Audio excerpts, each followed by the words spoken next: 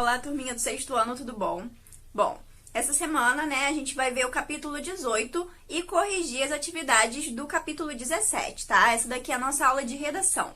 Sendo assim, as atividades que a gente vai fazer correção agora são as atividades da página 380, referentes ao estudo do texto. Questão 1, letra A, pergunta que fato foi noticiado, né, no texto que vocês leram. E esse fato foi a realização de um evento em homenagem aos profissionais que estiveram nas missões de paz. Isso a gente encontra lá logo no início, né? Logo no título da notícia. Número 1, letra B, onde essa notícia foi publicada? No site da ONU, né? Organização das Nações Unidas. E como é que a gente sabe disso? Olhando lá nas referências bibliográficas, né? Que fica no final do texto. 1C, qual seria a intenção da publicação de uma matéria como essa? Bom, aqui a intenção é divulgar aos leitores, né, ações da ONU, da Organização das Nações Unidas. Número 2, o tempo verbal empregado no título e no primeiro parágrafo da notícia não é o mesmo. A que se deve essa variação?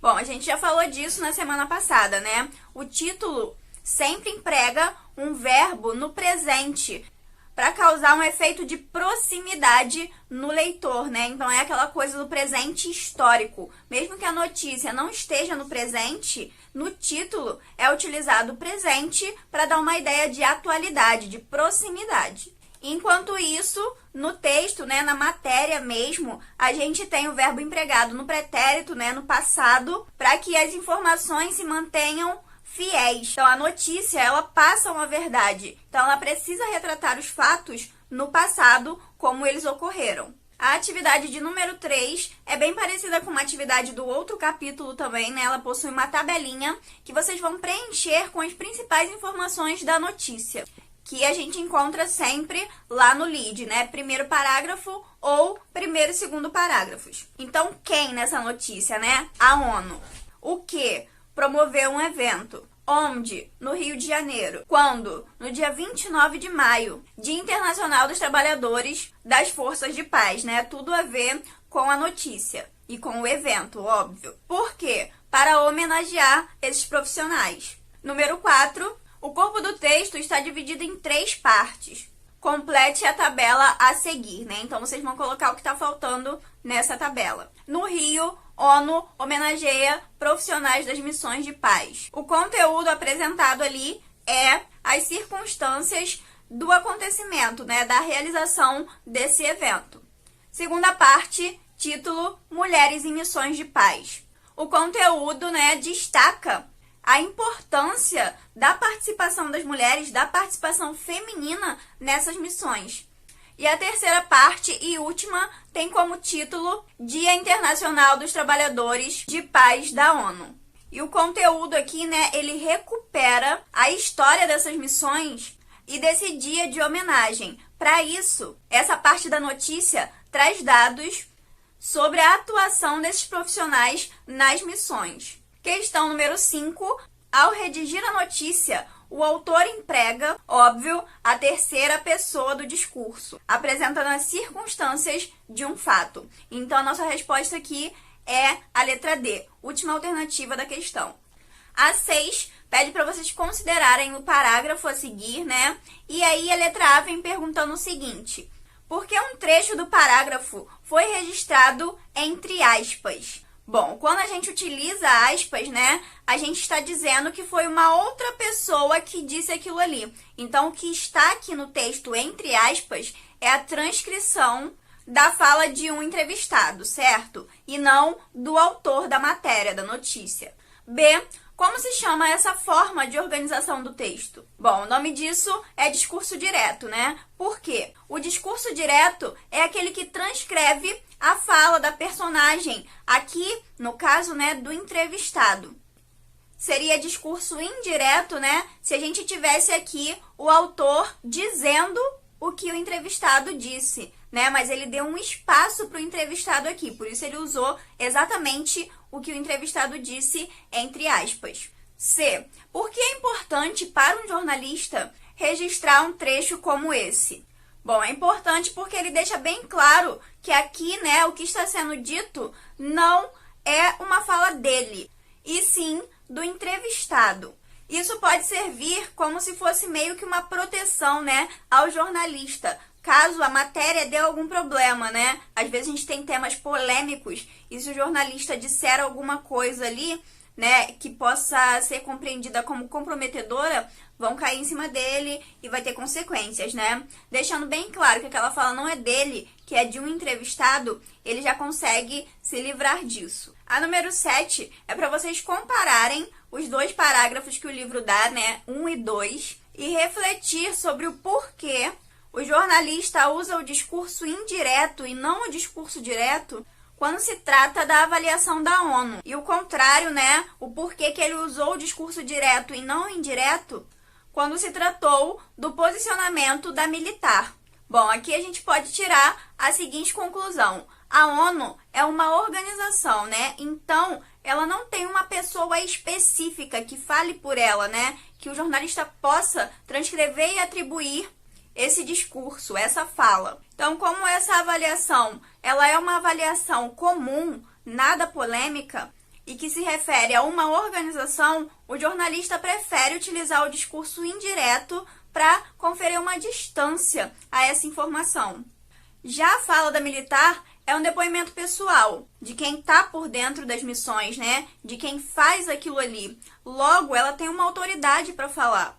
Então, quando o jornalista utiliza o discurso direto na fala da militar, ele coloca o leitor, né, num contato mais próximo com as pessoas que estão envolvidas nessas missões, no caso, a militar.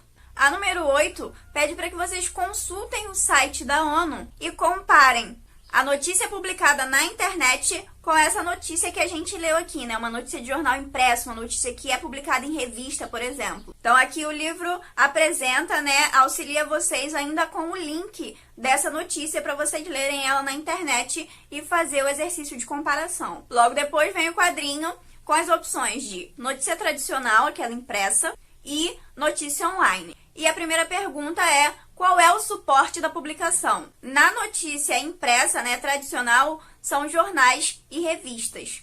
Na notícia online, são os sites. Segunda questão, qual é a vantagem desse suporte? Bom, na notícia tradicional, a vantagem é você poder ler a qualquer hora, já que ela não precisa de uma conexão, né, com a internet.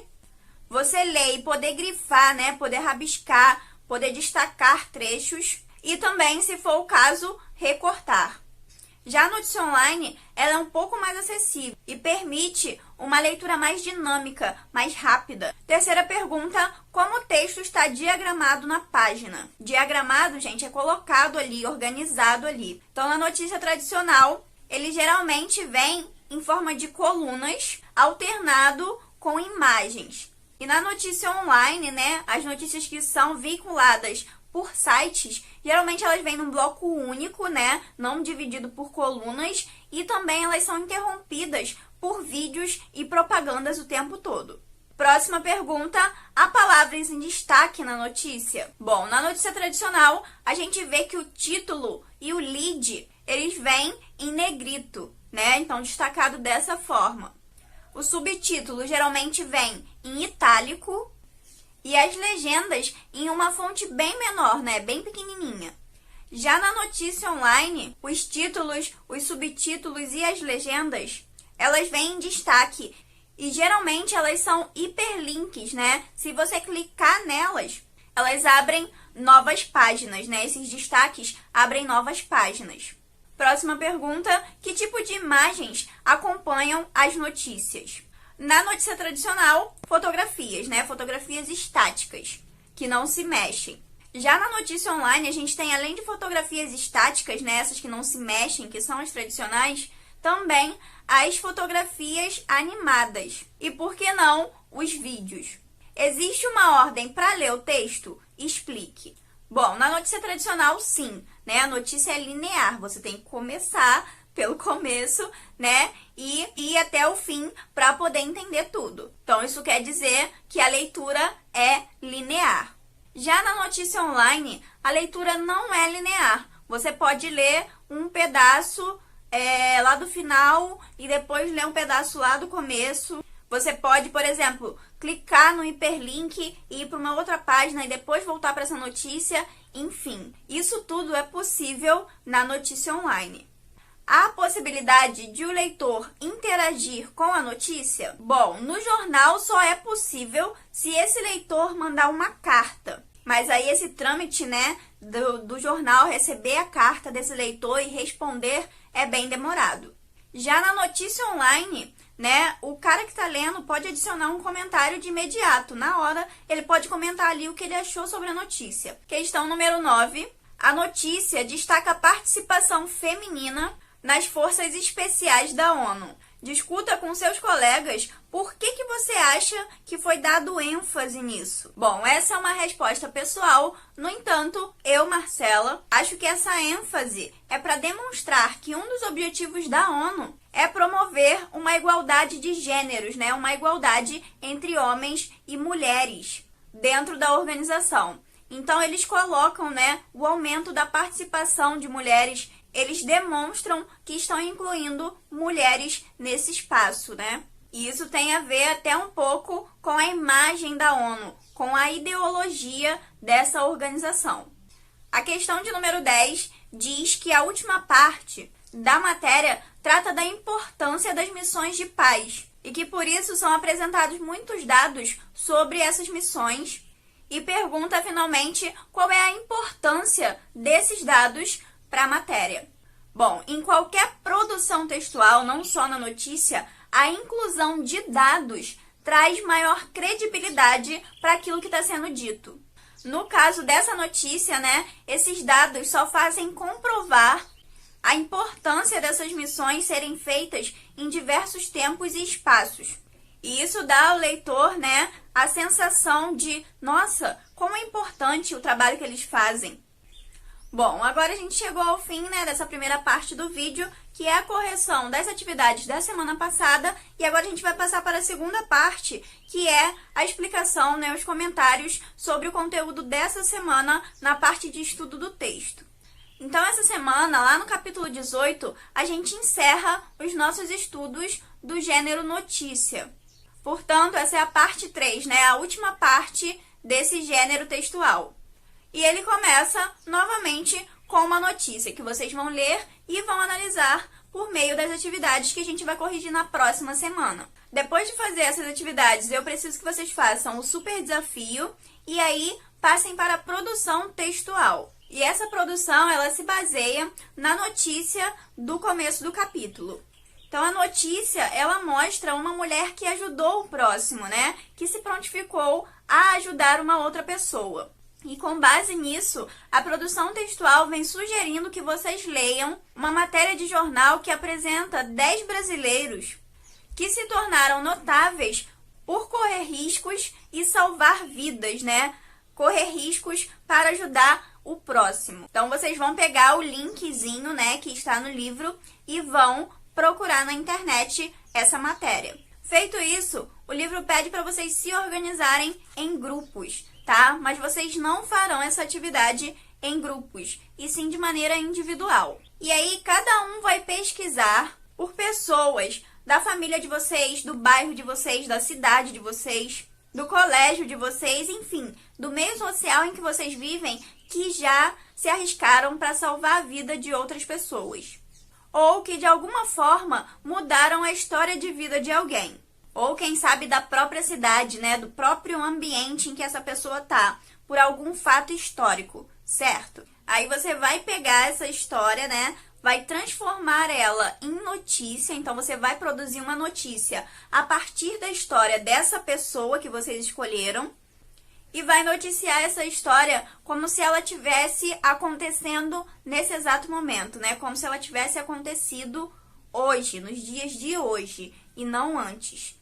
Para que vocês criem essa notícia da melhor maneira possível, o livro traz um passo a passo, né? Com todas as orientações certinhas, para que vocês leiam e sigam, tá? E aí vocês vão produzir uma notícia maravilhosa. Qualquer dúvida, só deixar aqui embaixo que eu respondo para vocês sobre essa produção textual. Ah, depois de escrever essa notícia, o livro ainda traz aquele quadrinho para vocês avaliarem o texto de vocês. Então, depois de escrever, vocês mesmos podem fazer essa avaliação, né, respondendo as perguntinhas que estão nesse quadrinho.